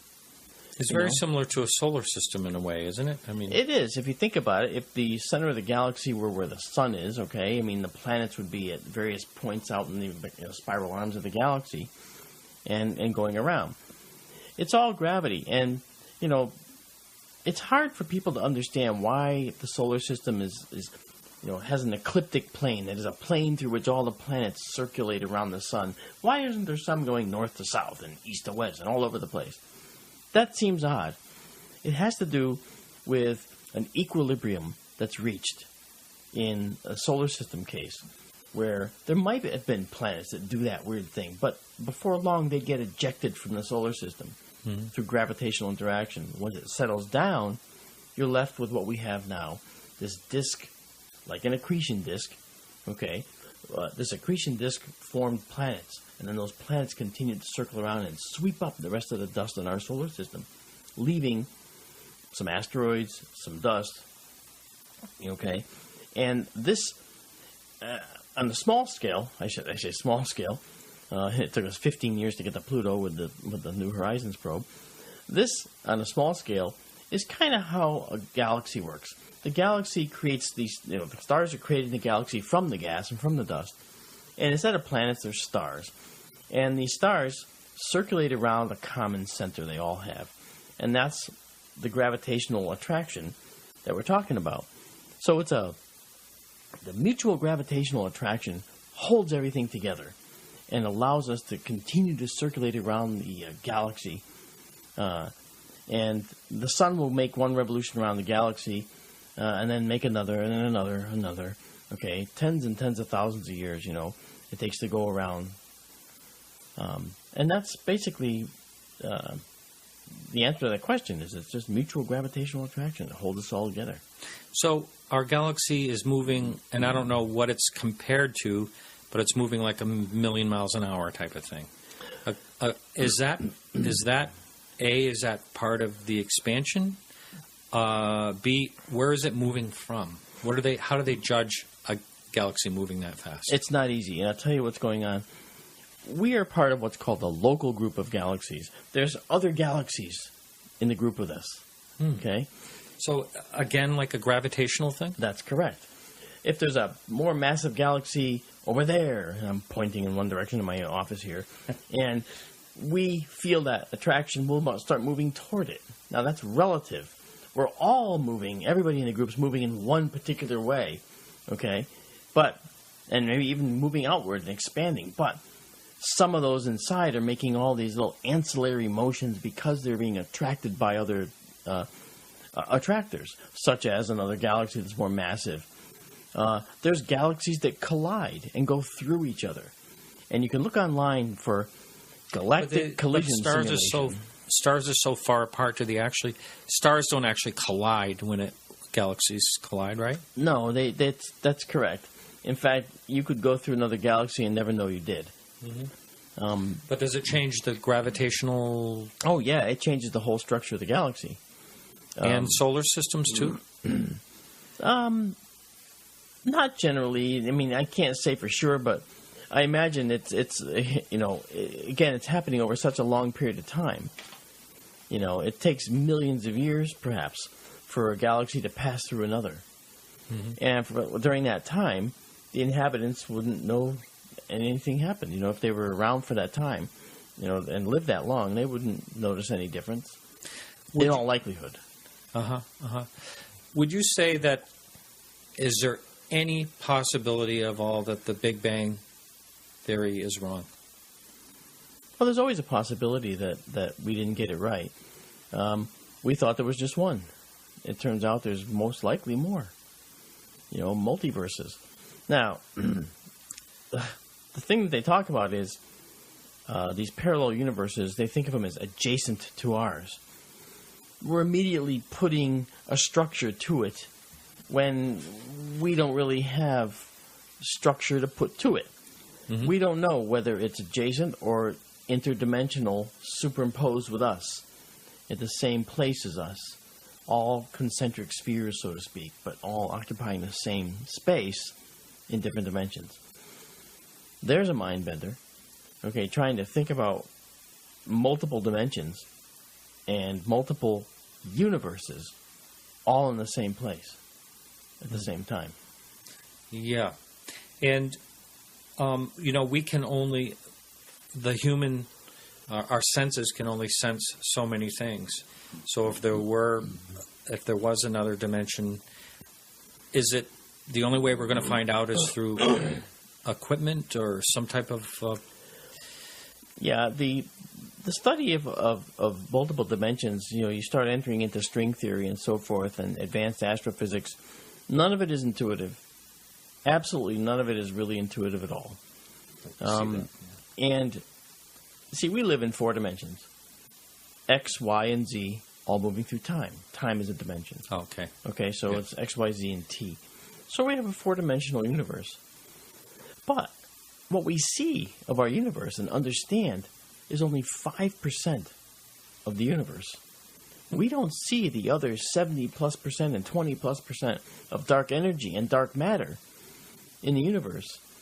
We can't really touch it. We can't really experience it. We don't know how to really work with it. We only see 5%. But with that 5%, we've traveled to the moons and planets in our solar system relatively well. But we are not going to be able to use just that 5% to travel to the stars.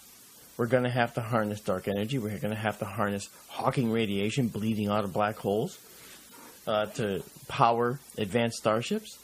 We're going to have to do all of those things. So we have to get there. Unless we discover something in physics that we haven't found yet. Well, it will involve doing so. It will involve discovering, that we have access to dark energy after all, or it will occur when we discover that the 0-point field really does exist and really is an unbalanced thing on both sides of the equation, not canceling out. Okay, anyone can call in if you're listening live. You can call in at 603-967-4030. Love to have a call. Now, someone wanted to know how large, or how can you conceive how large the black hole in particular is in our galaxy? Well, large, medium, or small? Yeah, exactly. Or if you want to supersize me, right? The bottom line is that a galaxy with a black hole in its core is going to have a certain energy output. And that energy output can be equated to some type of mass of a black hole. It's not easy. It's not. It's nothing but it's a mathematical exercise. You observe the values of the energy pouring out, and that's all you have is this energy pouring out that you can see. Nothing else. There's nothing else. The the question always comes up when someone's talking to an astronomer, what's the edge of the universe? And if there was an edge of the universe, what would it look like? And I just never heard your opinion on that. Well, in classical, mechanics, the edge of our universe is the location of the 3-degree, roughly the 3-degree cosmic background radiation. That's the radiation that came into existence around 300,000 years after the Big Bang. So that's as far back as we can look. That's what I wanted to ask you, a question I wanted to ask you. And I sent you an email, and you answered me, and I forgot your answer on that. I'll go through it again. Like, if we can look, we're basically looking back. We're looking back in time. We keep looking back further and further, so we go all the way back to 380 million years after the Big Bang. Why can't we see the Big Bang happening? Well, 380,000 years. That's what I meant, 380,000 years. But because light didn't exist. That's what I said right early on. Photons didn't exist until about 380,000 years. So we're after missing the Big it. Bang. It's in the dark. It's in the dark. And so we'll never be able to see it because it can't be seen. How about that? Now, there's a mind bender. Yeah. Okay? You say, well, how come photons didn't exist? Well, you have to look at all the reasons, all the reasons why photons come into existence at all. And none of them were satisfied by the Big Bang. Yep. Someone's asking UFO questions. I'm sorry, in hour 2 here, we're going to try to stick to just the cosmos, basically, and we covered a lot of the UFO questions. If you missed that, you can go back to hour 1 in our podcast. Anyone can listen to hour 1 at podcastufo.com. But advanced civilizations, will send craft, in my view, to our planet because if an advanced civilization, speaking of UFOs, if an advanced civilization exists now in our galaxy, or in our galaxy, never mind the universe, our galaxy alone, they might have existed 1 million years before us. Right. And in our feeble existence, tiny sliver of existence of maybe 50,000 years, if you want to really give us credit, 4 million years if you want to count Australopithecus, which never looked up, and didn't do its physics. In the 50,000 years when we're more civilized, we can see, in that time, we can actually see a horizon where we'll have a warp drive. And I do mean warp, as in warp drive, like Star Trek. It's kind of, esoteric sounding, but Miguel Alcubierre, we talked about this before, postulated what's called the Alcubierre metric, and it's basically a ship that puts a warp bubble around itself, using negative energy, and pulls the universe past it to go to its destination. Now, if you can muster the speed to pull the universe by you, then you, as a physical object, are not accelerating to the speed of light. You're sitting still. The universe is going by you. That's how you can travel faster than light. Because as a physical, corporeal being, you can't travel at the speed of light without being converted to pure energy. But if the universe is speeding by you, you're just sitting there going, whoa, hey, the universe is going by at high speed. Oh, look, there's Alpha Centauri. It only took us 4 days to get here. Yeah. Wow, interesting. Yes, I had a talk with Jeffrey Bennett, astrophysicist. Right. And he basically said that his colleagues and him at NASA thought that any civilization that didn't destroy themselves would be out there traveling the stars. Exactly. And, that's, again, taking... I try to stay away from thinking an alien being could think like a human. But for the most part, I would think that anything would be inquisitive in one way or another. That's the only way I think a society or a intelligence can gain momentum is by being inquisitive and looking. Any race that wishes to exist for any period of time is going to have to figure out how to leave their planet. They have to.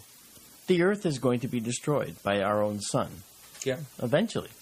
When the sun runs out of hydrogen fuel, it's going to start burning helium ash into fuel, or creating fuel from the helium ash that it makes. And when it does that, it's going to start to swell up. It's going to swell up into a red giant, which could swallow the Earth. Right. And, I'm sorry, but there goes the neighborhood. That's the end of us. So we have to, by then, figure out how to get off this planet. Now, that's going to happen in exactly 1.2 years. No, I'm just kidding. It's going to happen in about 5 billion years. I said 5 billion years, not 1.2 years. Just remember that. It was a joke. The possibility of the human race making it that far would be, I think, would be kind of slim. I mean, the Earth, it's possible, but, the Earth could be occupied by some other intelligence by then. Or we could have a catastrophic asteroid event, which seems to happen every few 100,000 years or so. We've had 5 major extinctions on this planet alone, and it's possible that we're due for more. A question up on the message board. What are your thoughts on life in need of strict Earth-like requirements to thrive? In terms of, is there life like us out there? Yeah, to thrive. Just, we think of there's so many things that could have happened to Earth where life would not be here. For instance. Oh, okay. Well, let's I can answer that question by looking at Venus and Mars.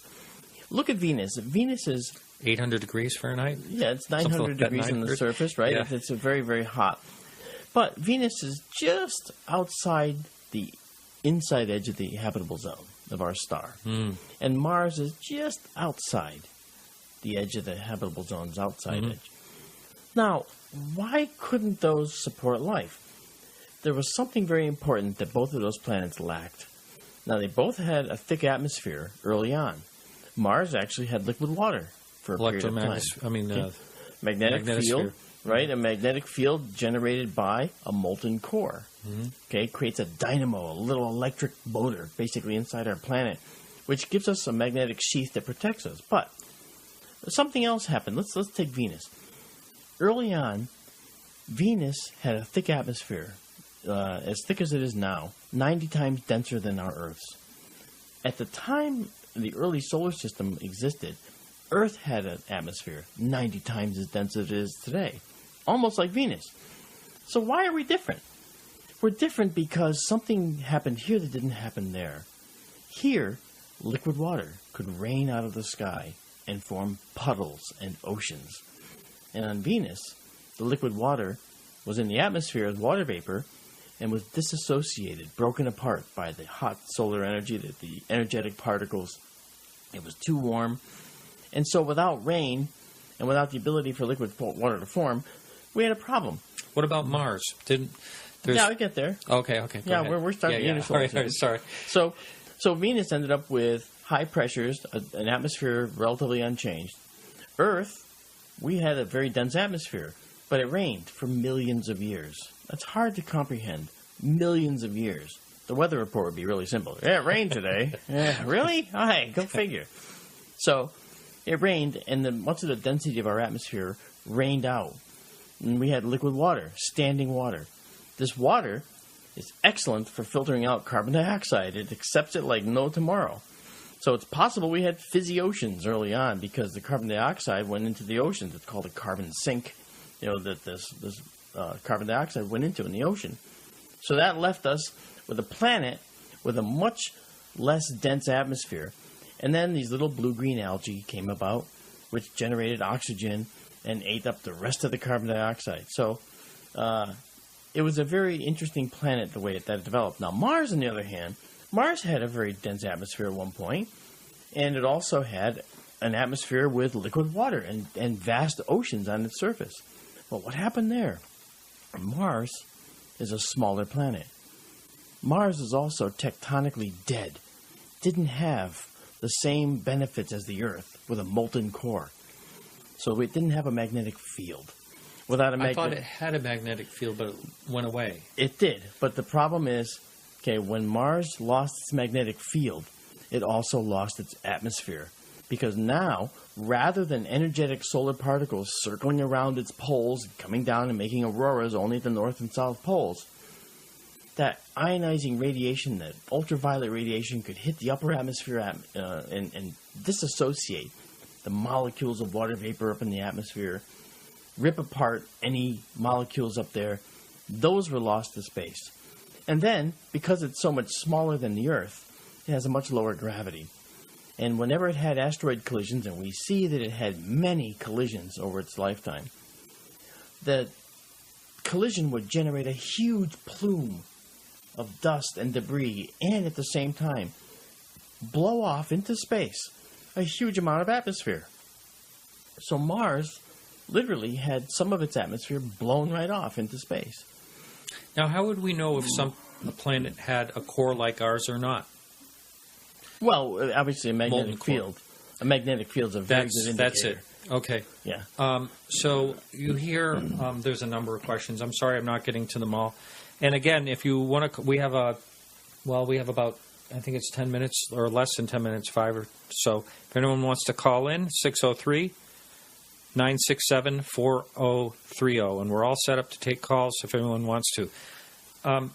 What do you suppose is happening to our magnetosphere? It's losing. It's becoming a little weaker. Is that going to be an issue? Yeah, well, actually, our magnetic field has a history of switching sides and reversal. That's correct. Mm-hmm. Now, here's the thing about that. You see an awful lot of these doomsayers online saying, "Oh no, it's a pole shift coming." Well, what they don't understand, because they're not scientists and because they don't take the time to learn. And yes, I am insulting those that may, say this stuff on their websites and proselytize all this doom and gloom. I have to tell you this. A pole shift takes tens of thousands of years to occur. Mm-hmm. So if it was happening and we notice a little weakening of our magnetic field today, it doesn't mean that the pole shift is going to happen November 22nd at 5 p.m. And planes are going to crash and everything. That's not how it works. Okay. In fact, the pole shift would occur over tens of thousands, say 10,000 years. And in that time, birds would continue to fly right. Planes wouldn't even notice, because over 10,000 years, you would make subtle adjustments to all your magnetic calibrations to account for it. Nothing will happen. We've been through it before. Now, a question came up a while back, and the person said that there's, NASA has found that there's life, chemically other than water. Can something live without water? I mean, water is necessary for life as far as we know, right? Well, you made a very good point. Life as we know it, all right? Now, on Saturn's moon, Titan, we have methane oceans, methane and ethane seas. Now, we think it's too cold for life like we know it to exist there. But there is a possibility that there are methane-loving microbes living in that soup that can withstand that cold. It's not a very good possibility. But there are other moons in the solar system where that's possible and where that could actually be taking place. None come to mind because there haven't been any breakthroughs in discoveries in that realm yet. But we have to understand that the possibility exists for life, not as we know it, as my friend Paulino likes to say. Mm-hmm. Now, I'm trying to remember, is it Saturn's moon or Jupiter? Saturn's moon, isn't it, that has the thick, like 2-mile ice around it? You're talking about Jupiter's moon, Europa? I'm talking about Europa. Yeah, Europa has a thick ice sheath. And it's and because Jupiter is so massive, it kind of like when you knead a dough, kind of makes it possibly stay liquid and warm under. You know your science, Martin. That's exactly what happens. A little bit.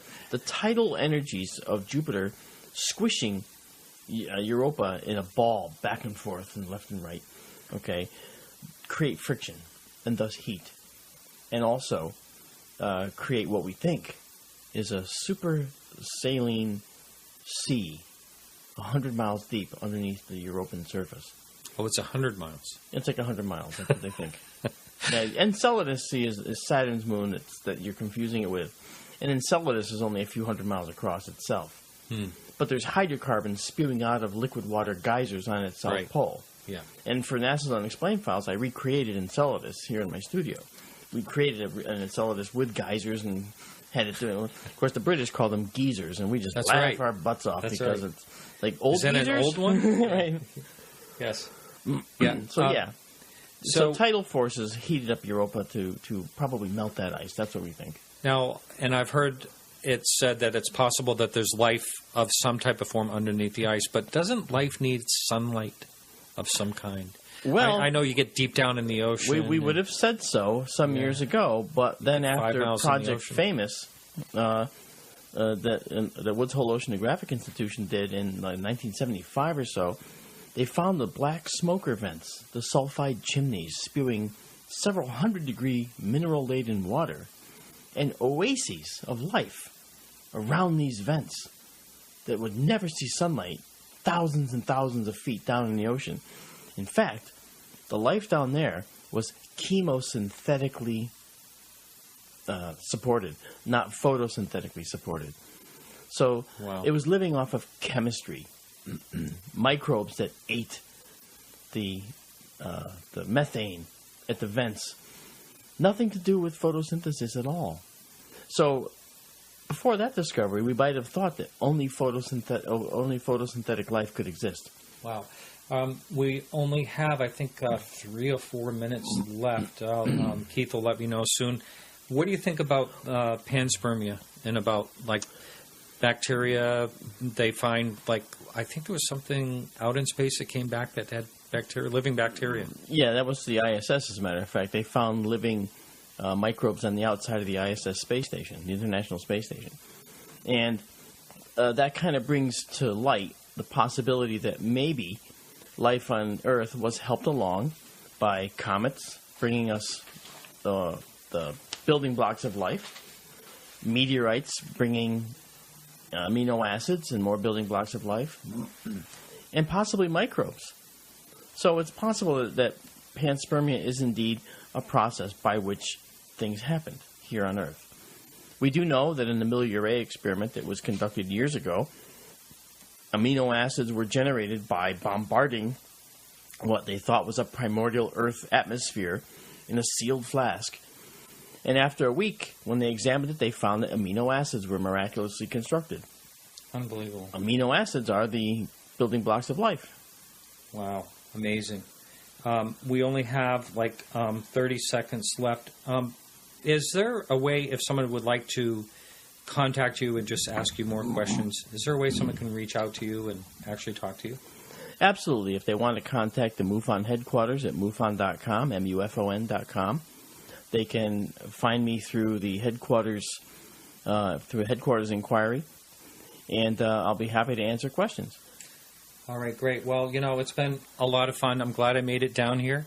I am too. It's like live on location. It's like my house. Fun. Yeah, and it's funny. It was a last-minute thought, and I know at this point a lot of people listen to the show to listen for UFOs, but I just got a message that we have to go. So, everyone, thanks so much. I appreciate everyone listening live in the chat room and all that. And next week we have Cheryl Costa. She's going to be on talking about UFOs and around Syracuse, New York.